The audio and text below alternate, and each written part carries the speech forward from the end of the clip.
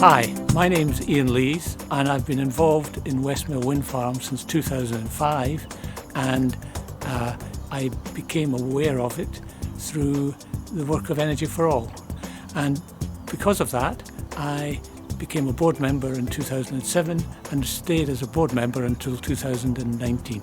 I've been involved with renewable energy and energy efficiency since 1985, and by the early 2000s there was no doubt at all that in order to get wind farms built in this country we were going to have to adopt the approach that had been successfully used and in fact gave the Danish tremendous wind companies etc export around the world. And the reason was they involved communities from the beginning. And then I heard about an opportunity that you were going to build a community wind farm here where I live, and I thought, I've got to practice what I preach, I must get involved. So I became a shareholder, joined the board, and one of my first jobs when I joined the board was actually to become chair of a working group to set up the Westmill Sustainable Energy Trust. And that was a really great experience, and as it's going so successfully today, I think it has been a great success. Hello, my name's Liz Rothschild and I got involved with Westmill essentially because Adam Twine, my partner, was the person that set up the whole idea in the first place, but also for my own reasons because I'm absolutely passionate about the need for these kind of projects to take place and happen. Adam started the idea of having this project here at Westmill and that it should be community owned. He was always absolutely passionate about the fact that that's how it should be. And I watched him struggling for years and years and years to try to get this planning permission through, and I began to realise that we couldn't do it on our own. And so we came up with the idea of Wind Power over Westmill, as we called it, WOW, which was really the first time that we'd said help. Help. If we're going to make this happen, it needs more of us to get engaged and involved, because the opposition were very loud spoken and appearing to gain ground.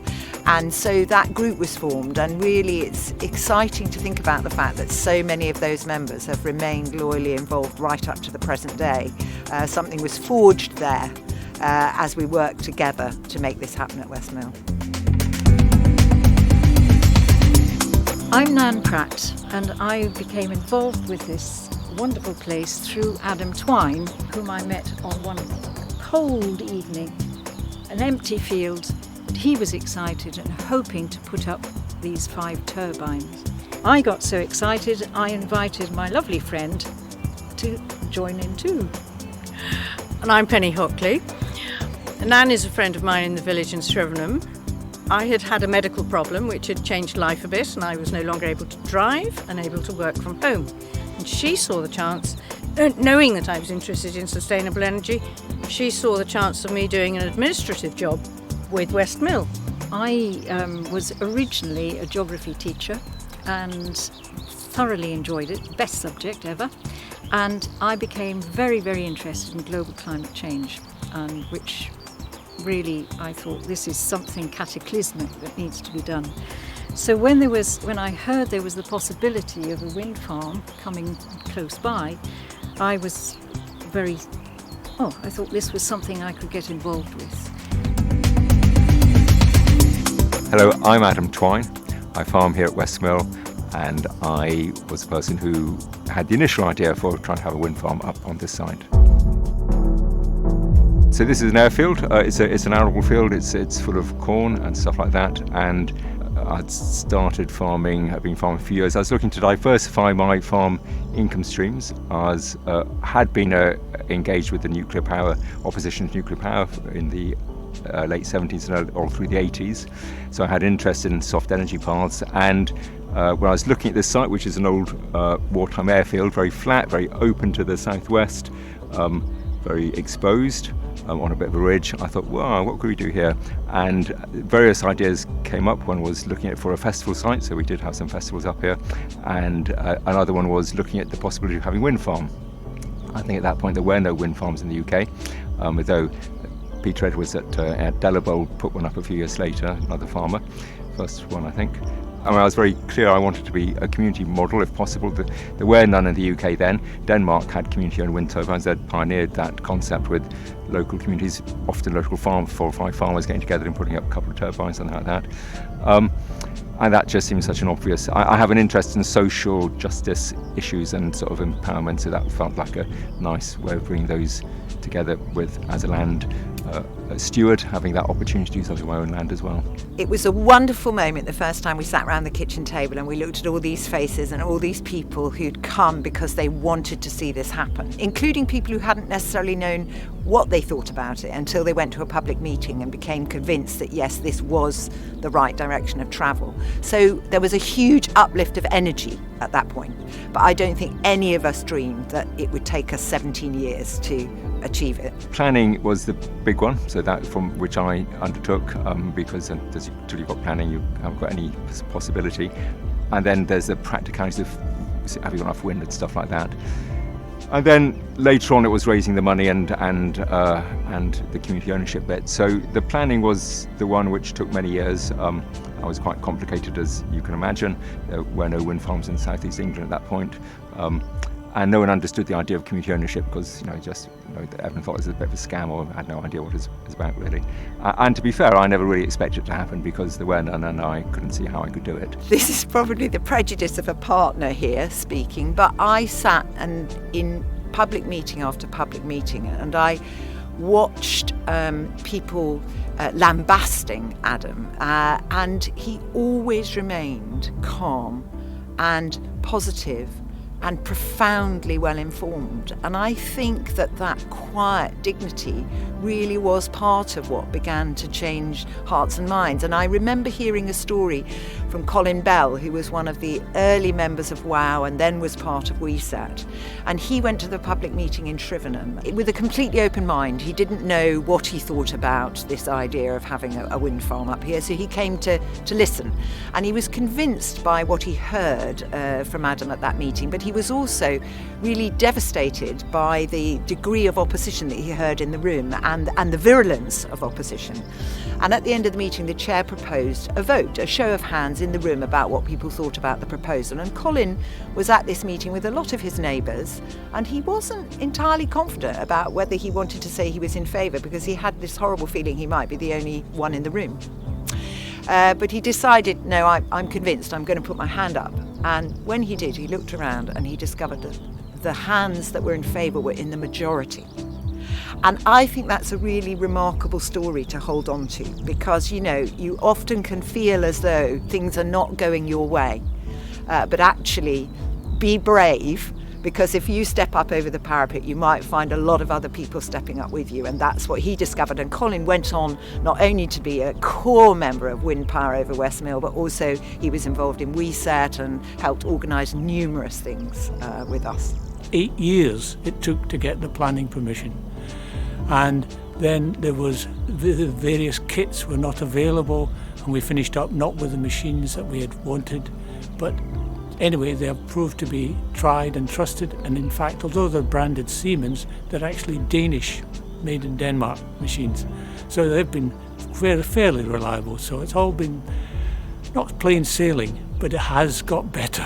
Oh, it was definitely an uphill struggle. The most commonly held attitude was that climate change might well not be happening, and if it was, it certainly wasn't anything to do with something that human beings might be doing. So you had that to start with, and then in addition you had the fact that wind turbines were completely ineffective. They couldn't actually do anything to help the situation, and there were rumours going around that they took more energy to produce than they would ever generate in their lifetime. Extraordinary fallacies. There were leaflets that went out into the local village saying that the turbines would be louder than a pop group in summer and you'd have to have your windows closed. So we were up against a massive amount of misinformation, which was actually one of the things that surprised me, that it was quite a dirty campaign really from the opposition. It wasn't based on fact. It was emotional, very emotional. It's meant learning a whole load of skills, making connections with a whole load of other people, and I had probably a bit of a naive faith that it would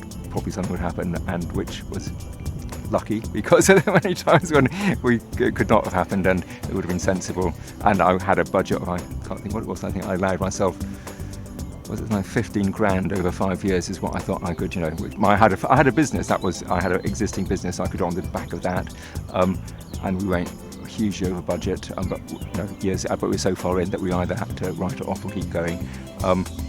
I sold a bit of land to make it, to finance it when it got really tough, and I hadn't got any more money. Our passion was to get people educated and inspired, and it's both really, and that's what led eventually to the forming of WeSET, Westmill Sustainable Energy Trust, and it's interesting really when I think back on the first membership of the group, because we really were divided between those with a huge amount of technical expertise, knowledge about the wind industry, and people who came from an education and an arts background, and I think we really needed both, because when you're reaching out to different kinds of groups of people, there's different ways you need to use to reach them. The biggest problem we had was that the wind speeds were not as good as what the prospectus said and what Garad Hassan had told us they were going to be.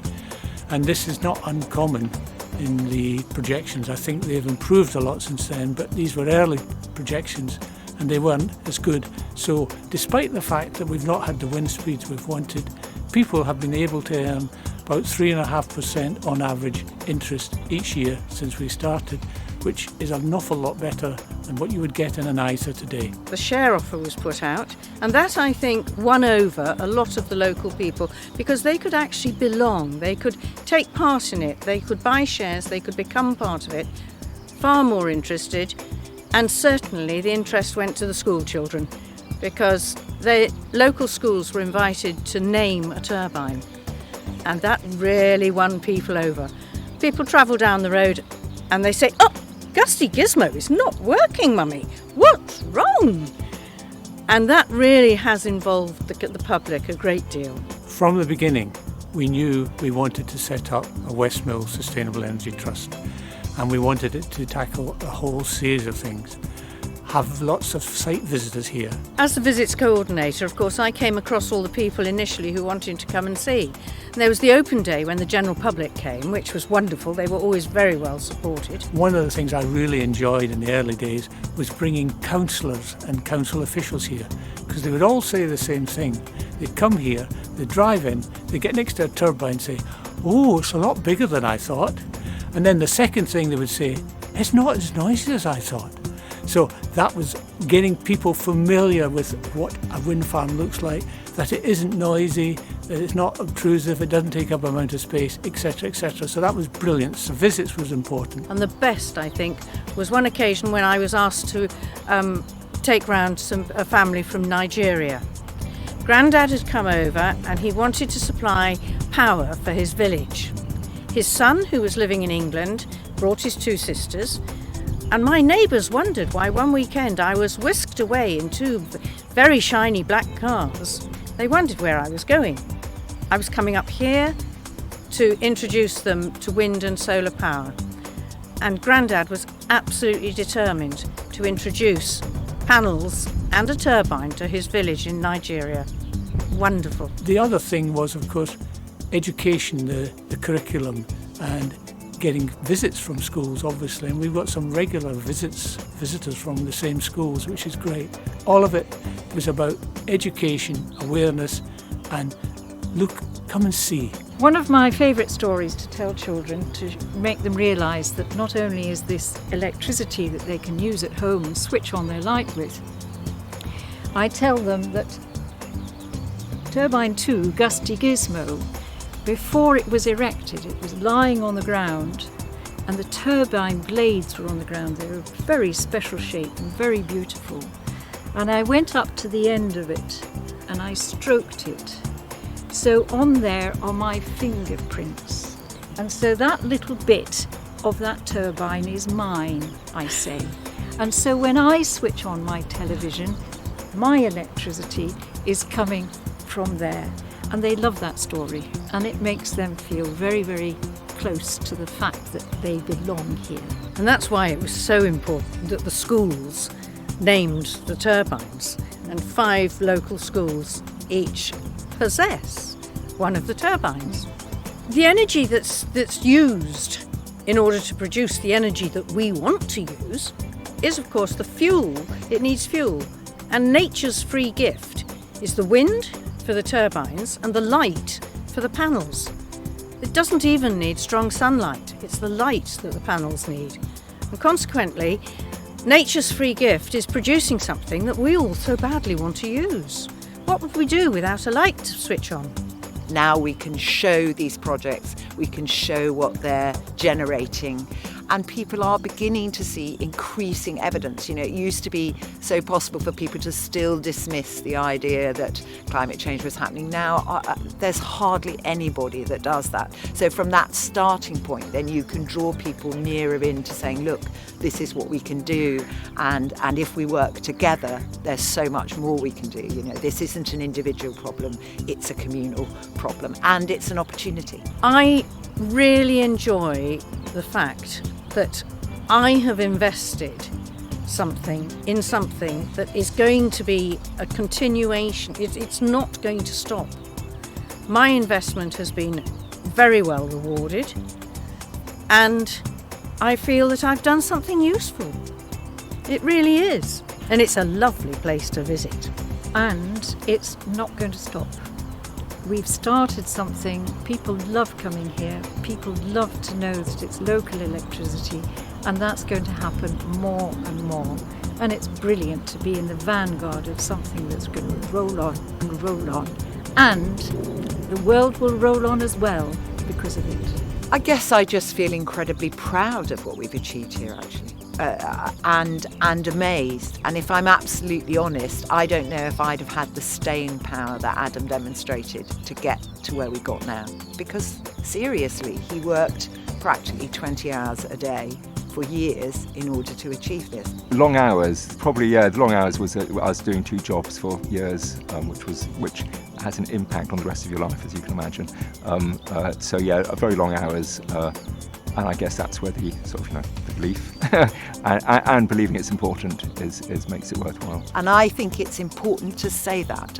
It's important to understand what all the group contributed, but it's important to also understand what it takes some key individuals at the beginning of projects like this, what they have to put in to make something like this arrive. And now it's extraordinary to think of all the people that are involved, and indeed I'm not involved so much in the day-to-day now, and it's exciting to see a whole new generation of people coming in because they've been drawn to it, and yeah, this is what we need, isn't it? We need more and more and more of this. At one point we were generating the most community-owned energy in the whole world.